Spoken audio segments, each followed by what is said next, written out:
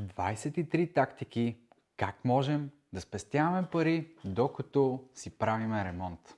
Здравейте, аз съм Стоян от Мана България и в това видео искам да споделя 23 тактики, за които помислих и се сетих, които могат да са ви много полезни, когато вие, скъпи новодомци, започнете да правите вашият ремонт на вашият апартамент. И за това искам да ви ги кажа, за да можете просто и вие да се замислите за тях и да можете да направите максимално добър ремонт с минимално средства или с минимално пари. Преди да започнем с 23-те тактики, първо искам да поговорим за това какви са трите възможни ресурса на този свят. Защото говориме сега в това видео специално за пестене на пари.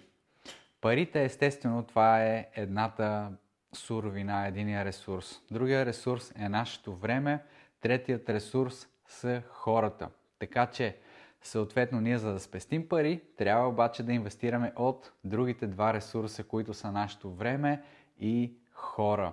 Тоест, трябва да намерим хора и време, за да спестиме пари. Ако хората и времето са ни по-скъпи, тогава не пестиме пари. И така, започваме. Първата тактика. Тя е най-важната. Другите не са толкова подредени по важност, но първата е най-важната. И ако трябва да си вземете само една тактика, то вземете само тази тактика и другите не ги мислете, не ги слушайте дори. След това спрете видеото. Та първата тактика каква е? Да си направим супер ясен и точен бюджет на всичко, което трябва да платиме. Съответно, за да можем да си направим този супер ясен и точен бюджет, ние трябва да си направим супер точен и ясен план на действие. Трябва да знаем много добре какво ще се прави, за да можем да си направим точния бюджет и да си разпределиме сумите и парите, които ние трябва да дадем. И да знаем всеки един наш лев къде отива и да се придържаме към този бюджет. Ако сме си определили 300 лева за прозорци, даваме 300 лева за прозорци. Говоря съвсем примерно, съвсем образно. Ако сме си определили 200 лева за плочки, даваме 200 лева за плочки. Или ако можем, даваме по-малко, но не и повече. Защото ако ние не си следиме парите, които харчиме, това значи, че ние не знаем колко харчиме, това значи, че харчиме много. Точно за това трябва да си сложиме бюджети. Хората, които харчат много, си слагат бюджети, за да не харчат много и да знаят кога да спрат. Това е най-важното нещо, което вие трябва да направите. Трябва да знаете от самото начало кое колко ще ви струва и супер подробен анализ на всичко, което трябва да правите, за да знаете кое колко ще ви струва. Втора тактика. Плащайте само в брой. Не плащайте с кредитна карта, плащайте само с пари, които имате. Или ако плащате с дебитна карта, то плащайте отново с пари, които имате. Не плащайте на кредит или ако плащате на кредит, то бъдете сигурни, че ще си погасите вноските преди да е минала давността на следващия месец, когато ви е зануляването там на 15 число или не знам когато ви е зануляването. Ако взимате неща на кредит, то след това ще трябва да плащате и техните лихви, ако не успеете да платите в срокове материалите и нещата, които е трябвало да купите. Така че винаги плащате само с пари, които имате. Само в брой. Това е желателно. Следваща. Трета тактика. Обмислете детайлно проекта, за да нямате непредвидени разходи. Това е втората най-важна тактика според мен. Колкото по-подробно си избистрите проекта, концепцията, визуализацията, всичко, което трябва да направите и колкото по-подробно си направите сметка и планове за тях, толкова по-лесно ще може да следите разходите. Защото ако вие сте си харесали предварително всичките ключове и знаете, аз съм си харесал ключове от 4 лева бройката и изведнъж отидете в магазина и видите ключове по 6 лева бройката, а на вас ви трябват 50 ключа и контакта, изведнъж какво става? Сметката не излиза. И то не излиза с стотици левове. Така че придържайте се точно към стриктния и ясния план.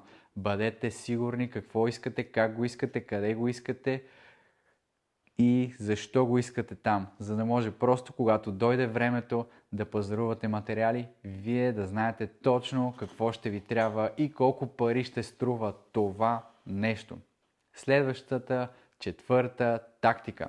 Направете си сами интериорния и дизайнерския проект. Това ще рече да наемате дизайнер и архитект, сами да се справите с това нещо. Това е от изключително важно значение да си направите проекта сами, да знаете какво ще е разпределението на всяка стая, в детската какви шкафове, какви уреди ще има, какви мебели ще има по-точно в кухнята, в спалнята, в кухнята, в банята, навсякъде да знаете всичко подробно, кое къде ще бъде, за да може всичко после да дойде така, както си го представяте. Защото, за съжаление, винаги изкачат непредвидени неща и колкото по-добра сметка сме си направили, колкото по-добър план сме начертали, колкото по-добра стратегия сме измислили, ние накрая ще имаме точно такъв резултат. Точно, приблизително, равно число при разходите. Ако нямаме хубав план, хубава стратегия, хубава визуализация, хубава мисъл в главата как искаме, то нещата ще излезнат много на широко и ще стане доста по-скъп ремонта, отколкото сме си мислили ние. Затова направете си вие интериорния проект и дизайн. Ако не можете да си го направите, вие да си начертаете всичките проекти, най-малкото което е, влезте в Pinterest, вижте в интернет какво се случва, разгледайте неща, които ви харесват, за да може вие да имате бегла представа как искате, какви цветове да бъдат стените, какъв цвят да е тавана, какви да са шкафовете, колко да бъдат, къде да бъдат, как да бъдат. Всички подробности и всички детайли са от решаващо значение, за да нямате излишни разходи в последствие.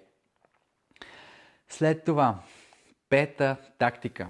Съберете различни оферти от различни майстори. Допитайте се до няколко майстора за цени, за оферти спрямо това, което искате. Някои майстори не взимат това, професионалистите взимат пари за това. Така че бъдете готови, има някои хора, които ще ви искат пари, за да ви дадат своята експертиза и своята оферта. Ако след като получите офертите, видите някаква оферта, която ви се струва прекалено добра, за да е истина, то бъдете сигурни, най-вероятно има нещо и това сигурно е така и тази оферта няма да е истина накрая. Така че прекалено ефтиното, прекалено примамливото не винаги е това, което ни трябва и това може да ни излезе прекалено скъпо след това. Много хора вече знаят, че ефтиното излиза скъпо и затова предпочитат да си го направят веднъж. Било то и малко по-скъпо, отколкото 2 пъти ефтино. Накрая сметката набъбва доста повече. Следваща, 6-та тактика. Работете само и единствено с един доверен, проверен майстор, който сте сигурни, че ще направи нещата както трябва, няма да е необходимо да преправяте след него, да плащате допълнително пари и бъдете сигурни, че поддържате добре с него, за да не се налага да се разделите, този майстор да тръгне и след това вие да трябва първа да намирате нов човек, да губите време и да плащате много повече пари за преправяне на нещо, което не е довършено, тъй като изработката на едно нещо струва една цена, но преправянето, довършването на това нещо струва друга цена, която в повечето случаи винаги е по-скъпа. Така че винаги бъдете сигурни и се старайте да работите само с един доверен, професионален човек, за да сте сигурни, че този човек ще ви направи нещата както трябва и няма да трябва да викате някой друг да преправя и да плащате допълнително за това. След това, 7-ма тактика. Направете проучване и се информирайте много добре за това, което ще ви предстои. Разпитайте ваши роднини, разпитайте ваши приятели, разпитайте ваши колеги, разпитайте ваши съседи, разпитайте всеки, който познавате. Разкажете им какво искате да правите, как искате да го направите, какво трябва да направите, през какви неща ще трябва да минете, какво ще трябва да предприемете, кое да направите първо, кое да направите второ. Най-добрият вариант е да имате някой познат майстор, който да ви консултира. Да може той да ви даде насоки в това, което вие ще трябва да преминете във вашия ремонт. Той да ви каже, ще трябва първо да се изкърти, след това ще трябва да се шпаклова, а не да почнете да къртите, да шпакловате всичко, примерно да направите гипс картони и изведнъж да се сетите, че трябва да къртите отново и тези къртения от вибрациите, които се предават по конструктивните елементи, да се напукат гипс картоните, примерно, или да станат някакви други порази в последствие. Така че хубаво се ни поинтересувайте за това, което трябва да правите. Има страшно много информация, дори вече и в интернет. Влизате в интернет, четете, гледате в YouTube клипчета, видеа, кое как се прави, статии, блогове, всякаква информация има. Поинтересувайте се супер добре. Бъдете много информирани за всичко, което ще трябва да правите. След това, 8 тактика. Направете си изкъртванията сами. Това какво ще рече? Ако трябва да махате настилки, плочки в банята, плочки в кухнята, примерно, изкъртете си ги сами. Може да си ги изкъртите с чук и длето на ръка, може да си наемете и машина под наем. Отивате в някакъв център, където дават машини под наем, взимате си машина под наем и си изкъртвате всичко сами. Съответно, много внимавате да не направите някоя беля и да съсипете нещо, което после да струва много по-скъпо. Допълнително, ако трябва да сваляте тапети, имате тапети в спалнята, свалете ги тия тапети сами, мокрите ги, хубаво, обилно, минавате ги с иглен валяк да се надупчат, да може водата да пропие в тях, мокрите ги, сваляте си ги, чегъртате си ги с шпаклата, измивате си хубаво стените. Всичките тези работи, които са по разрушаването, си ги направете сами. Махане на балатоми, махане на мокети, демонтаж на шкафове, изкъртване на кухни, примерно, след това демонтаж на дограми, врати, прозорци, всички тия работи, които са свързани с разруха и не е необходима супер прецизна и майсторска работа, вие може да се справите съвсем сами с тях. Ще внимавате, ще го правите малко по-бавно от необходимото, но ще се справите. Така че това са неща, които вие сами може да си направите и да няма какво чак толкова много да объркате. След това, 9-та тактика. Помислете, може ли някой от материалите, които имате вече, да рециклирате, т.е. да използвате повторно в вашия ремонт. В повечето случаи материали, които могат да се рециклират, са доста малко, но тук става въпрос предимно за някакви мебели, които имате и може да ги освежите, така че да ги използвате отново след това. Или някакви други плоскости от някакви гардероби, които може примерно да ги разкроите и да ги използвате за вътрешността на нови шкафове, които просто отвънка да ги облечете с нова визия. Да ги използвате за корпус. След това, 10-та тактика. Придържайте се към минималистичния дизайн. Какво значи минималистичен дизайн? Не се хвърляйте на супер фенси, супер лъскави, супер джиджени, супер модерни, свръх, ултра, мега, хом мебели и такива неща, които са автоматизирани. Направете си нещата по-прости. Не се хвърляйте на някакви супер модерни тавани от гипсокартон с скрити осветления, с хиляди лунички, с сумати лампи, където трябва да окабелявате. Трябва да купувате осветителни тела и съответно после и ток трябва да се плаща един ден. Всичките тези неща са скъпи, те отнемат много време за направата си и те ще ви струват много пари. Затова придържите се към по-семплите неща, към по-лесните и прости неща за правене. Не се хвърляйте на нещо супер лъскаво и свръхмодерно, ако искате да пестите пари. След това, 11-та тактика. Не променяйте структурата на жилището. Какво ще рече това? Ако имате двустаен апартамент, където има кухня, баня, хол, да кажем и детска стая, не променяйте местоположението на кухнята, на хола, на банята. Всички тези промени, които са в структурата на жилището, са много трудни за правене и те обикновено са свързани с пари. Трудно значи скъпо. Няма нещо, което да е трудно и нещо, което да е лесно. Има неща, които са скъпи и които са ефтини. И тъй като тук говорим за ефтин ремонт, за това придържайте се към структурата. Там, където ви е кухнята, нека там да си остане кухнята. Там, където ви е банята, нека там да си остане банята ви. Не променяйте местоположенията на мивки, на тоалетни, на душове, на канали, на сифони, защото всичките тези промени по водопроводната, канализационната и електроинсталацията, това са скъпи промени. Затова, дори да е необходимо да сменяте тръбите, да кажем, запазете ги там, където трябва да бъдат те, там, където са били. Не правете на нови места изводи за водопровод, за канал и за други инсталации. След това, 12-та тактика. Не облицовайте цялата си баня с плочки. Да, навсякъде така е в България. Всяка една баня влизаш и отгоре до долу всичко е в плочки. Душове, тоалетни, мивки, всичко е в плочки. По света хората това нещо не го правят. Те си облицоват с плочки пода, един цокъл примерно отдолу или перваз дори на някои места и слагат плочки по стените само там, където ще се къпят и ще се мокри.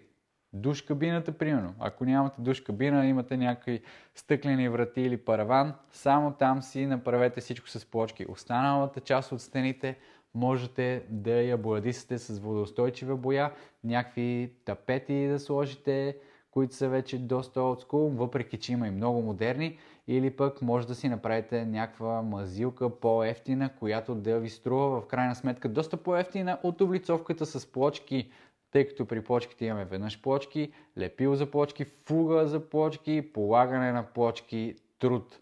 Това са доста процедури и доста пера, които накрая се натрупват и сумата набъбва значително. Затова не го правете, просто може една хубава шпакловка и една боя да ударите за мокри помещения.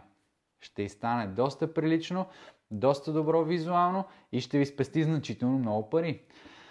След това, 13-та тактика. Проверете, можете ли да продадете някоя от старите ви мебели, някои от нещата, които не използвате.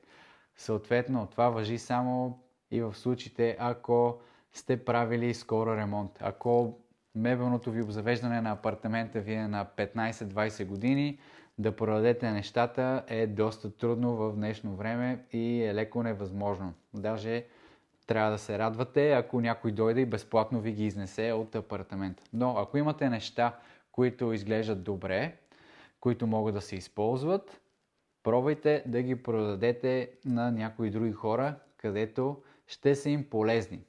След това, 14-та тактика. Съберете, организирайте и изнесете боклука сами. Не наемайте контейнер. В никакъв случай. Не наемайте от тия контейнерите, дето идва един камион и ви сваля един контейнер пред блока и вие седите и си го пълните един месец. Това, което трябва да направите е съберете си боклука в чували, свалете го, викнете приятели примерно, свалете го някъде близо до блока, не го оставите до кофите, тъй като затова може да отнесете глоба. Свалете го някъде да стои до входа примерно или където и да било и когато свършите с ремонта, наемете един камион. Има такива камиончета, които идват, товарите го това камионче с чувалите с боклук и то отива на сметището и ги изхвърля. И това ви струва в пъти по-малко, отколкото контейнера, който ще наемете за боклук. След това, 15-та тактика. Не купувайте чували за боклук от магазините, от железарите. Там продават нови чували, зеблени примерно и не съм сигурен вече каква беше цената, защото съм забравил, но когато направите първия си курс до сметището да си изхвърляте боклуците, там ще видите, че хората, които изхвърлят боклуците, тъй като идват постоянно камиончета с строителни боклуци и има страшно много хора, които си купуват нови такива зеблени чували от магазините, ползват ги веднъж и след това просто камиона, когато ги изхвърли на сметището, тия хора, които са на сметището, взимат тия чували, изсипват ги от боклука и след това ги продават на супер по-ниски цени. Ако трябва да взимате много чували, приятели, вземете ги тия чували от сметището.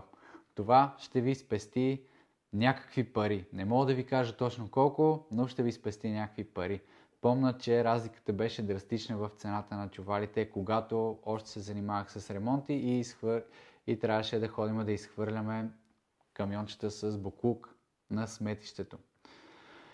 След това, 16-та тактика. Ако ще ремонтирате целия си имот или в частност кухнята, т.е. ако ще ремонтирате кухнята или целият апартамент плюс кухнята, направете си някъде такава кухня временна, където да може да си готвите. По проста причина, че няма да трябва да ходите на ресторанти, няма да трябва да си купувате готова храна, където всички са сигурни и знаят много добре, че по ресторантите и готовата храна е в пъти по-скъпа, отколкото тази, която ще си направим. Помислете къде ще си направите един кът за готвене, някакво котлонче газово, някаква печка малка или там каквото имате, просто да може да си готвите и да не давате излишно пари за приготвянето на храната ви по време на ремонта. След това, 17-та тактика. За местата, където ще трябва да облицовате с плочки. Помислете и преценете, докато обикаляте по магазините. Може ли да вземете плочки второ качество или трето? В зависимост вече от това в какво се изразява разликата в качествата. Дали това е просто някъде минимални проблеми в плочките, където има, дали са леко усукани плочките или ще са вече супер удрени, супер подбити, супер грозни и това ще си личи визуално прекалено много. Ако това ще си личи, не взимайте трето, вземете второ качество. Това също може да ви спести някой лев от парите за вашият ремонт. След това, 18-та тактика. Когато дойде време да взимате мебелите за обзавеждането, проверете по магазините за, примерно, мивки, моноблокове, бойлери, смесители, всякакви такива апаратури и аксесуари, които са някъде отдраскани. Така наречените на български транспортни дефекти. Има ли такива, които са леко чукнати, леко подбити, леко драснати, дори демонстрационни, ако са били в магазина са стояли, то ако намерите такива, те ще са на по-ниска цена и от тук също ще можете да спестите някой друг лев за вашият ремонт, за да може да постигнете по-добър резултат в ремонта ви при липса на пари, както вече казахме. След това, 19-та тактика. Направете подробен списък и проучване откъде какво да напазарувате.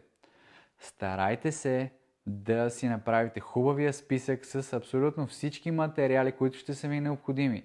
Направете точен и ясен разчет на материалите.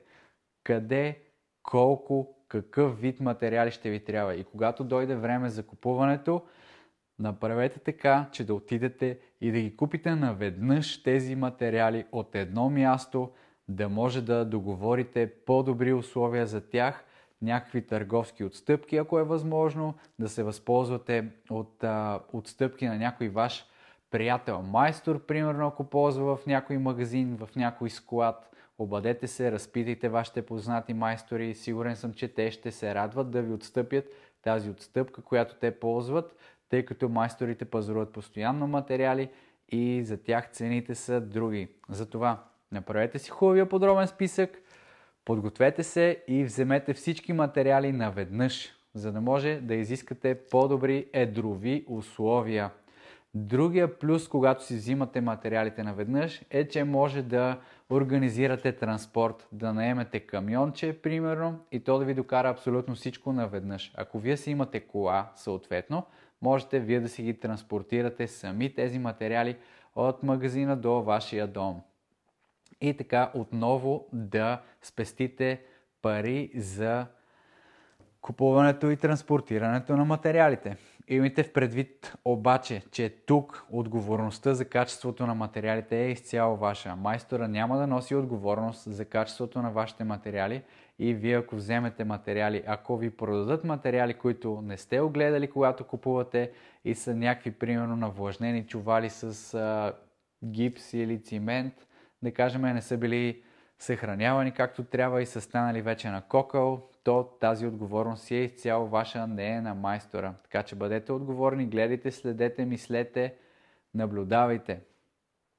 Това е относно покупката на материалите. Следваща стъпка, 20-та.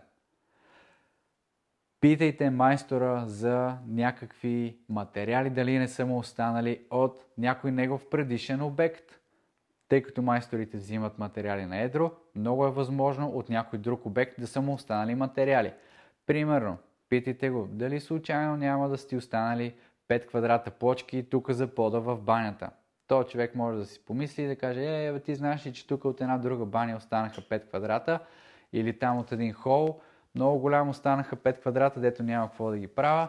Питайте го за такива материали, дали той може да ви ги продаде на по-изгодна цена, за да може да си спестите още някой лев. Дали ще има още някакъв материал, който му останал и ще може да ви го даде и него. Аз също, когато правих ремонти, когато ми останат материали от един обект, след това на следващия обект директно ги подарявах на следващия човек, просто за да ми се изчистват, да не ми се трупат. Особено когато става въпрос за гипсови шпакловки, някакви такива материали, които имат срок на годност. За да не изтича този срок на годност и най-накрая, събирайки тия всичките чувалчета, аз да не трябва да си ги хвърля, затова по-добре някой да ги използва. След това, 21 тактика. Организирайте приятели за доставката на материалите и качването до вашия апартамент, ако живеете в блок или къща или какъвто и да е вашия обект.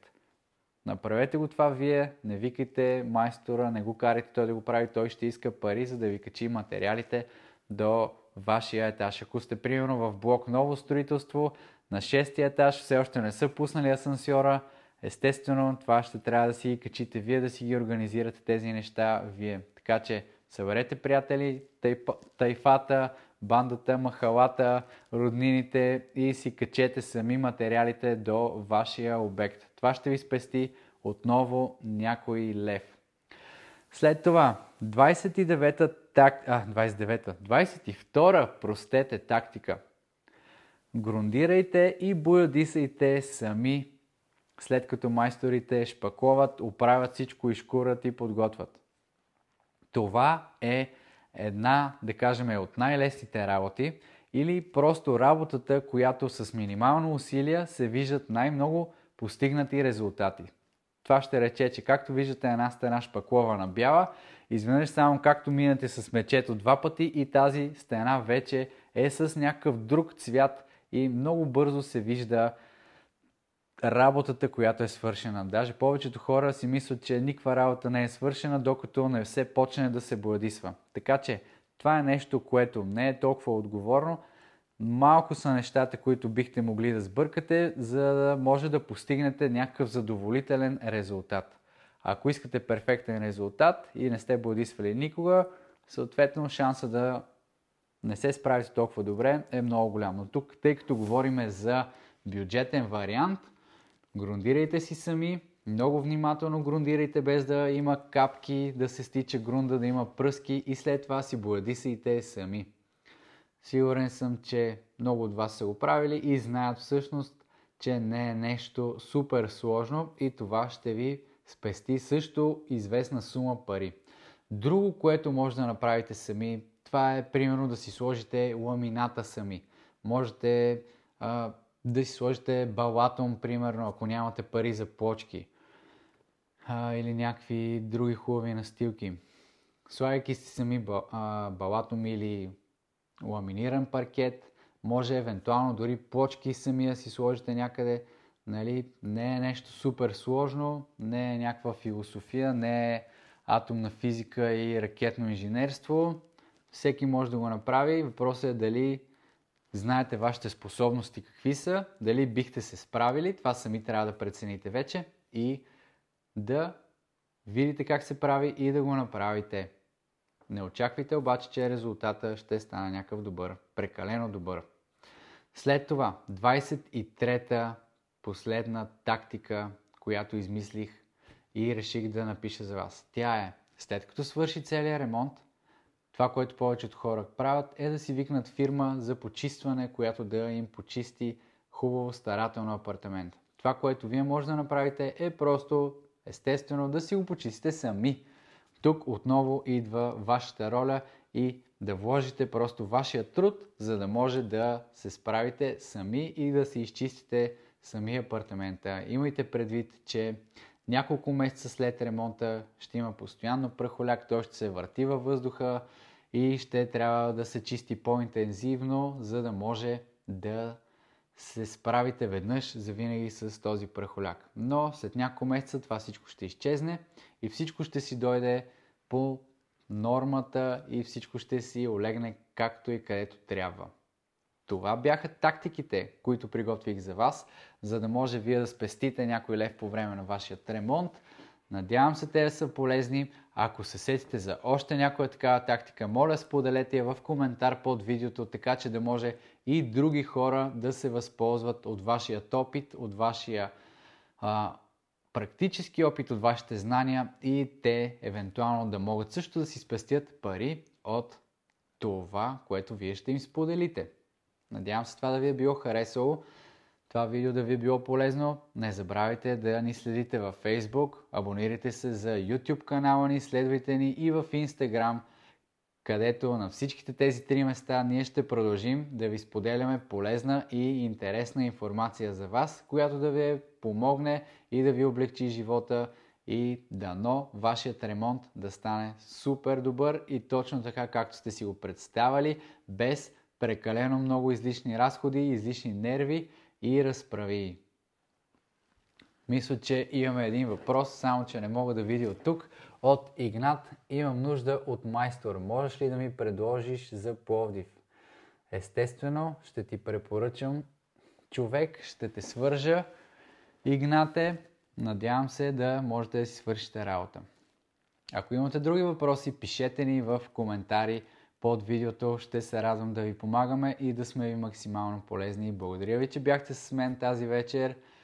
Очаквайте скоро следващи полезни видеа, където ще ви разказваме много интересни неща. Хубава вечер ви желая, бъдете здрави и ремонтирайте смело, мислете преди да правите, планирайте, пишете, смятайте и всичко ще дойде на местата си. Чао от мен и до нови срещи!